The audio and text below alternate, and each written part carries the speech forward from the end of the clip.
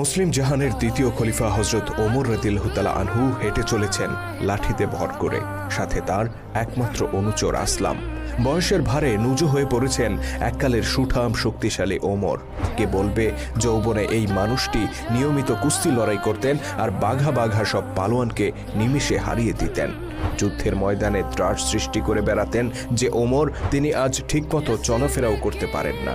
তথাপি অতি বৃদ্ধ বয়সে লাঠিতে ভর করে মাঝে মধ্যেই তিনি বেরিয়ে পড়তেন নিজের চোখে মানুষের হাল হাকিকত দেখার জন্য, কখনো দিনের আলোতে, কখনো বা রাতের অন্ধকারে।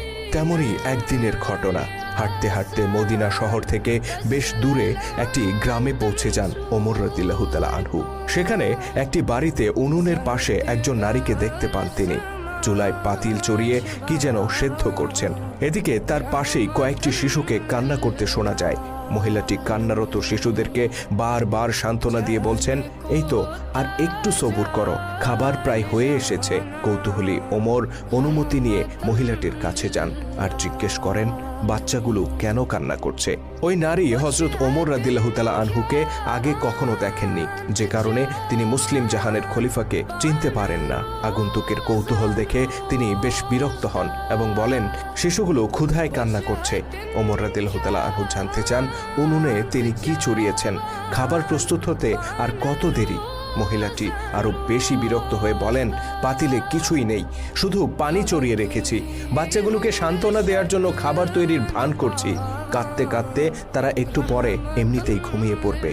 অতঃপর অতি দুঃখের সাথে নারীটি জানান তার ঘরে কোনো খাবার নেই। তিনি নিজের এই দুরবস্থার কারণে খলিফা ওমরকে দায়ী করেন আর বলেন, নিশ্চয়ই এর জন্য আল্লাহর দরবারে ওমরকে জবাব দিতে হবে। তিনি জানতেন না তার সামনেই দাঁড়িয়ে আছেন খলিফা ওমর রাদিয়াল্লাহু তাআলা আনহু। ওমর রাদিয়াল্লাহু তাআলা আনহু বিস্মিত কণ্ঠে বলেন, খলিফাকে কেন এর জন্য দায়ী করছেন? তিনি হয়তো আপনার এই দুরবস্থার কথা জানেনই না। মহিলাটি পাল্টা প্রশ্ন করে বলেন, খলিফা হিসেবে প্রত্যেক নাগরিকের খোঁজখবর নেয়া কি তার দায়িত্ব নয়? তিনি কেন আমাদের ব্যাপারে গাফেল থাকবেন? এর জন্য অবশ্যই তাকে জবাব দিতে হবে। মহিলাটির এই অনুযোগ খলিফা ওমরের হৃদয়কে চূর্ণ করে দেয়। তিনি বলেন, আপনি অপেক্ষা করুন, আমি শীঘ্রই বাচ্চাগুলোর খাবারের ব্যবস্থা করছি। অতঃপর তিনি রাষ্ট্রীয় গুদামঘরের উদ্দেশ্যে রওনা হয়ে যান। আর মহিলাটি অবাক হয়ে ভাবতে থাকেন, কে এই আগন্তুক? ওমর রাদিয়াল্লাহু তাআলা আনহু দ্রুত ছুটে যান রাষ্ট্রীয় গুদাম ঘরে। সেখান থেকে একটি আটার বস্তা বেছে নেন আর অনুচরকে বলেন, এটা আমার পিঠে তুলে দাও। অনুচর আসলাম বললেন, আমিরুল মুমিনিন, আপনি তো হাঁটতেই পারেন না ঠিক মতো, আপনি কি করে এই বোঝা এত দূর নিয়ে যাবেন? বরং আমি এটা সেখানে পৌঁছে দেই। খলিফার আগত কণ্ঠে বললেন, কিয়ামতের দিন কি আমার বোঝা তুমি বহন করবে? দেখলে না ওই নারী তার দুরবস্থার জন্য আমাকে দায়ী করেছেন? আমার বোঝা আমাকেই বইতে দাও। অতঃপর অর্ধজাহানের বাদশাহ হেঁটে চললেন লাঠিতে ভর করে, কাঁধে তার আটার বস্তা, পিছু পিছু হেঁটে চলল বিভ্রান্ত অনুচর। এভাবে দীর্ঘ পথ হেঁটে প্রকৃতিতে যখন অন্ধকার নেমে এলো, তখন তারা পৌঁছলেন সেই বাড়িতে। তিনি নিজ হাতে আটা বের করলেন আর উনুনে জাল দিয়ে খাবার প্রস্তুত করে দিলেন। অভুক্ত শিশুগুলোর কান্না যখন থামল, তখন ওই মহিলা বললেন, কতই না ভালো হতো যদি ওমর না হয়ে আপনি হতেন আমাদের খলিফা। অনুতপ্ত ওমর রাদিয়াল্লাহু তাআলা আনহু বললেন, খলিফার সাথে আমার পরিচয় আছে, আগামীকাল আপনি তার কাছে আসুন। ইনশাল্লাহ আমি নিজে উপস্থিত থেকে আপনার পরিবারের জন্য খাবারের ব্যবস্থা করে দেব। অতঃপর ওই নারীর কাছ থেকে বিদায় নিলেন মুসলিম জাহানের খলিফা। ততক্ষণে তার হৃদয়ের ভার কিছুটা কমেছে। শুধু দর্শক, আমরা জানি না ইসলামের মহান খলিফারা ছাড়া পৃথিবীর ইতিহাসে আর কোনো শাসক ছিলেন কিনা যারা এতটা প্রজাবৎসল ছিলেন।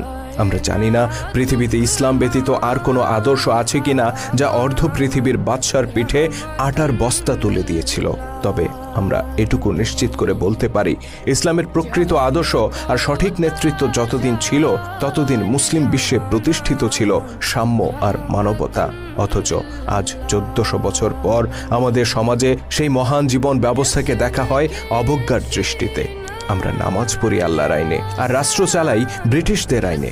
আমাদের আলেমরা ব্যস্ত ব্যক্তিগত জীবনের মাসলা মাসাইল নিয়ে আর রাষ্ট্রের নেতারা ব্যস্ত পশ্চিমা জীবন দর্শনের গুণকীর্তন নিয়ে। অথচ আমরা কথায় কথায় বলি এই দেশ 90% মুসলিমের দেশ। আল্লাহ তাআলা আমাদের সবাইকে ইসলামের সঠিক আদর্শে উজ্জীবিত হয়ে ঐক্যবদ্ধ হওয়ার তৌফিক দান করুন। আমিন। रहमतन